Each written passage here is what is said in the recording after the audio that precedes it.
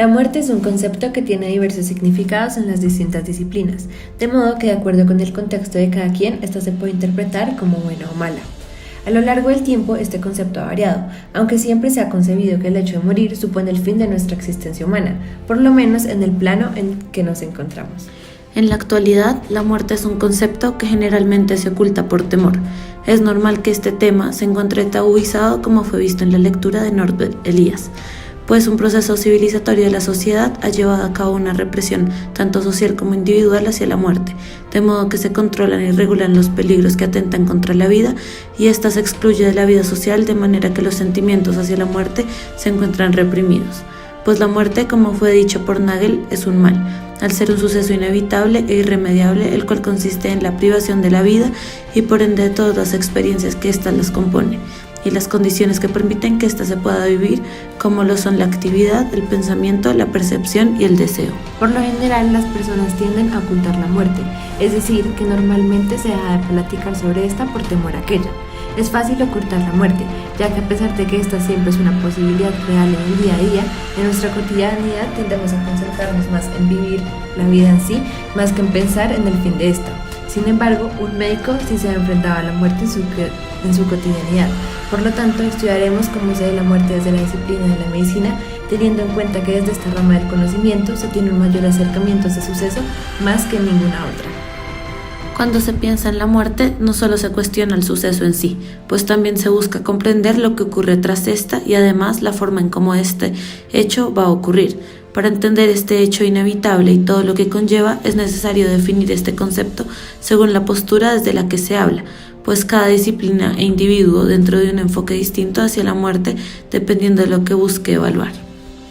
Respecto a la definición que se le puede dar al concepto de la muerte desde la medicina, este tiene un enfoque completamente orgánico, es decir, tiene que ver con el cese del funcionamiento de órganos característicos del cuerpo. A partir de la entrevista realizada al Dr. Daniel Suárez con especialidad en psiquiatría, se le realizará la pregunta ¿qué define la muerte? Nos dio la respuesta a continuación. ¿Qué es la muerte? Desde el punto de vista médico, digamos que hay dos criterios fuertes de muerte y que ha variado a lo largo del tiempo. Uno es la muerte cardiorrespiratoria y el cese de los fluidos, ¿sí? Esa es una de las formas en las que se hacía el diagnóstico de muerte hasta hace unos 30 años.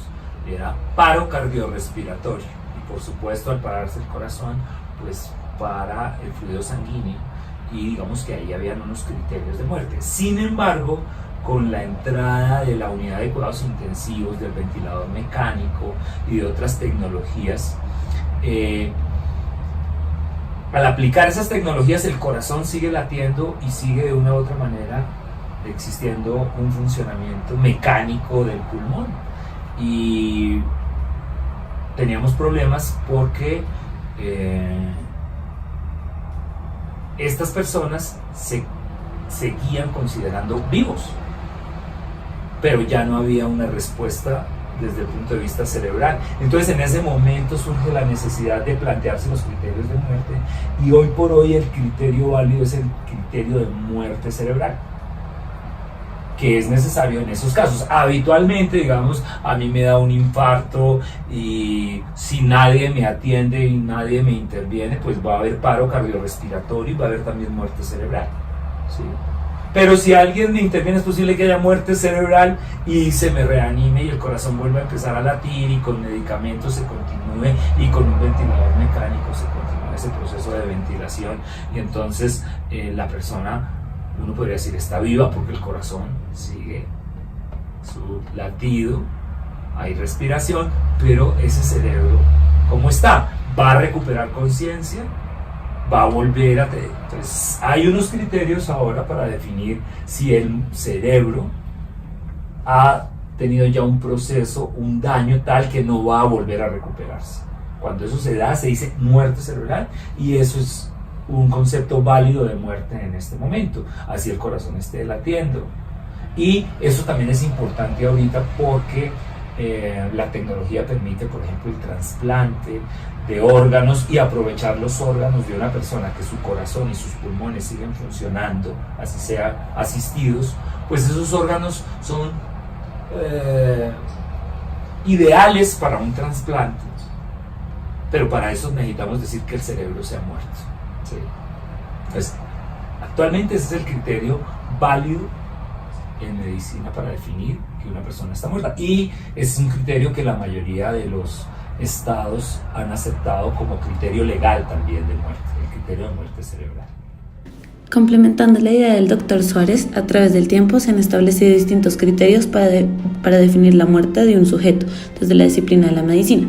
Según un artículo, La muerte y el médico, escrito por Nolsak Akarin en la Universidad de Barcelona, en principio lo que establecía la muerte médica de un individuo era un paro respiratorio, pues la respiración era considerada el principal signo de vida. Por lo tanto, en ausencia de esta se establecía que un sujeto moría.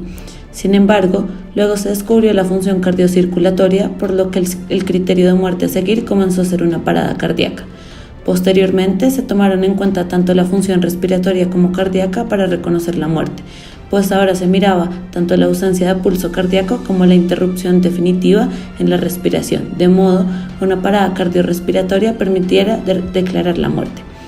Tiempo después se comenzó a declarar la muerte como una parada cardiorrespiratoria y ausencia de un reflejo corneal que indicará la falta de funcionamiento cerebral.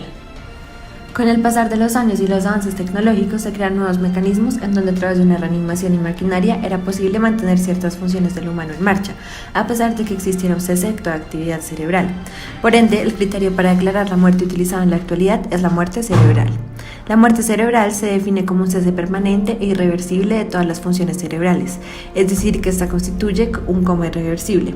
La reanimación cardiorrespiratoria fue constituida como un mecanismo para la preservación de ciertas funciones vitales que permiten que se pueda proceder con un trasplante de órganos.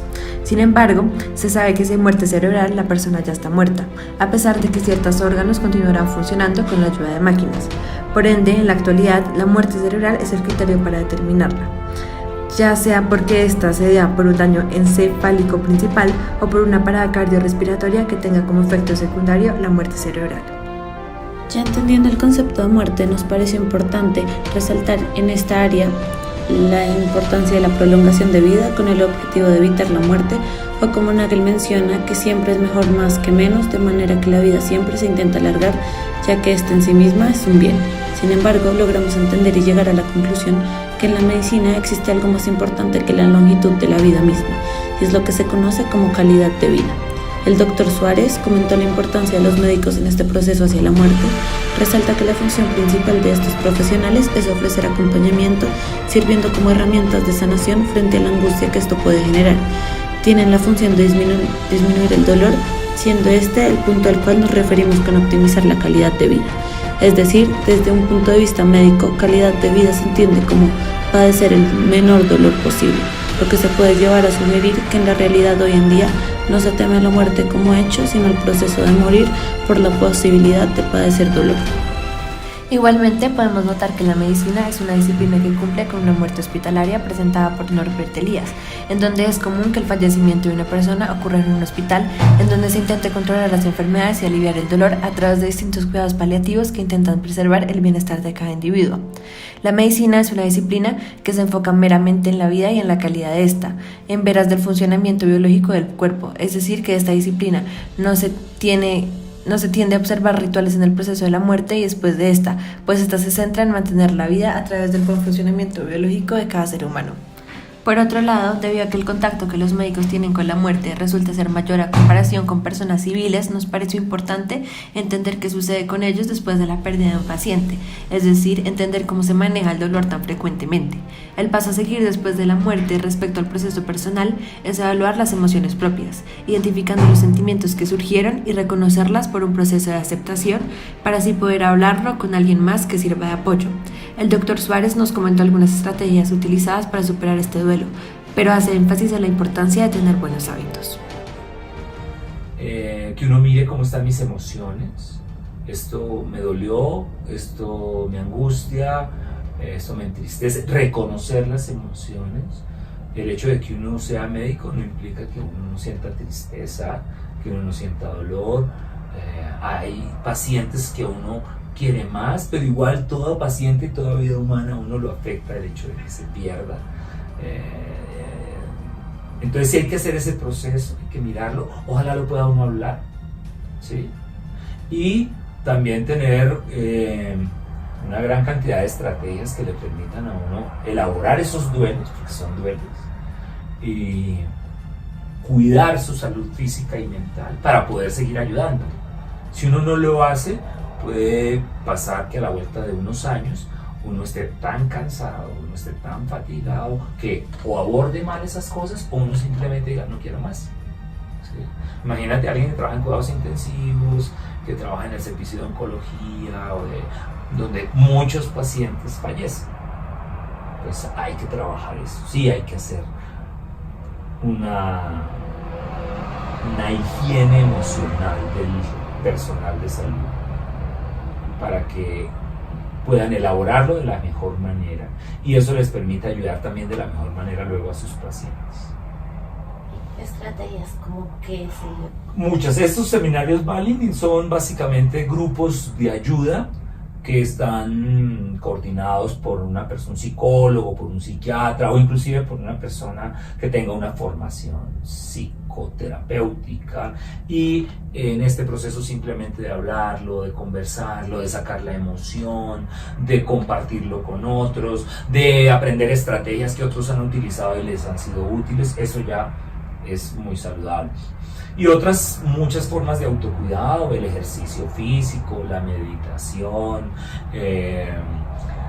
todo lo relacionado con relajación, procesos de psicoterapia individual que a veces son necesarios, todas estas son cositas que a uno le pueden ayudar mucho, ¿sí? Siempre en lo cotidiano tienen que existir elementos de autocuidado, el ejercicio por ejemplo, dormir bien, proteger el sueño, tener unas buenas relaciones en términos generales en su vida laboral, en su vida familiar, o sea, que las cosas ojalá de lo cotidiano funcionen bien porque son un soporte, la ayuda espiritual, y eso va a depender también del proceso espiritual de cada persona. Algunas veces el proceso espiritual es religioso, pues maravilloso que se pueda acudir a eso, ahí hay soportes, ¿sí? Entonces va a depender también de cómo plantea su espiritualidad cada persona. Entonces todo eso es fundamental para enfrentar de mejor manera esto, porque sí es duro, claro que es duro, es difícil enfrentar la muerte de un paciente y ojalá, no necesariamente que sea duro, pero sí siempre que haya esa sensibilidad. Creo que es grave cuando uno deja de ser sensible ante esos temas. Nos parece importante resaltar y hacer énfasis en que un doctor es una persona más con el derecho y capacidad de sentir, y a la vez si es necesario convertirse en paciente con el objetivo de recibir ayuda, ya que para poder ejercer de manera adecuada su profesión tiene que estar en un equilibrio emocional para tomar buenas decisiones. Se tiende a pensar que por lo general los médicos resultan un poco fríos al momento de hablar de esto o dar noticias sobre la muerte, pero en la mayoría de casos no es que ocurra una falta de sentimiento, a veces se utiliza como herramienta para hacer que el dolor de sus familiares sea más llevadero. Continuando con esta idea de que los médicos son personas comunes y corrientes, por lo general por la presión social que se genera sobre ellos, no se les abre el espacio para reflexionar sobre su propia muerte. Siempre están rodeados y atendiendo la muerte del otro, pero la de ellos, y de ahí surge la idea de ¿será que un médico le tiene miedo a su muerte? De acuerdo a lo mencionado por el doctor Suárez, él considera que lo que realmente genera miedo es la forma en la que se puede llegar a morir, ya que existen formas más dolorosas que otras, pero que a lo largo que pasa el tiempo y que uno va alcanzando metas y que siente que ha cumplido en cierto modo su propósito en este mundo, el miedo va disminuyendo. Es decir, que esta forma de pensar del doctor sigue el pensamiento de Nagel en cuanto a entender que la muerte es mala porque nos priva de la vida, con sus características fundamentales como la actividad, pensamiento, percepción y deseo. A manera de conclusión, se puede decir que aunque la muerte nos rodee en nuestro día a día y que en la actualidad el miedo por esta ha aumentado porque significa una privación frente a la posibilidad de alcanzar las metas planteadas y a la vez miedo a lo desconocido, cabe mencionar que existe el riesgo de no vivir plenamente. Por lo tanto, aunque el miedo sea factor característico de la sociedad actual, se debe encontrar un balance entre este y el arriesgarse a vivir, no dejando que este sea el que nos domine. De esta manera, la medicina es una disciplina que se centra más en la calidad de vida de las personas más que en la vida biológica de estas. Por lo tanto, no se intenta tener más vida a toda costa. El dolor juega un papel fundamental, siempre se intenta preservar el umbral de este en el menor rango posible, aunque a veces padecer es necesario para sobrevivir. Aunque dentro de esta profesión el constante enfrentamiento a la muerte del otro puede llegar a causar desensibilización y olvido por la propia muerte del médico, resulta importante estar en constante reflexión con esta, entender y aceptar que todas las personas llegaremos al mismo final del cese del funcionamiento de órganos con el cerebro y corazón. Es necesario aceptar que esa es una condición natural que debe ocurrir necesariamente y no debe ser vista como un fracaso médico, ya que estos profesionales no la evitan, simplemente hacen que el camino para llegar a esta sea lo más fácil posible. En gran parte, la función de ellos es ofrecer sanación, puesto que la curación no es siempre alcanzable. Para nosotras, analizar la muerte desde esta disciplina nos lleva a sugerir que esta es la que nos hace humanos, porque nos concibe un fin.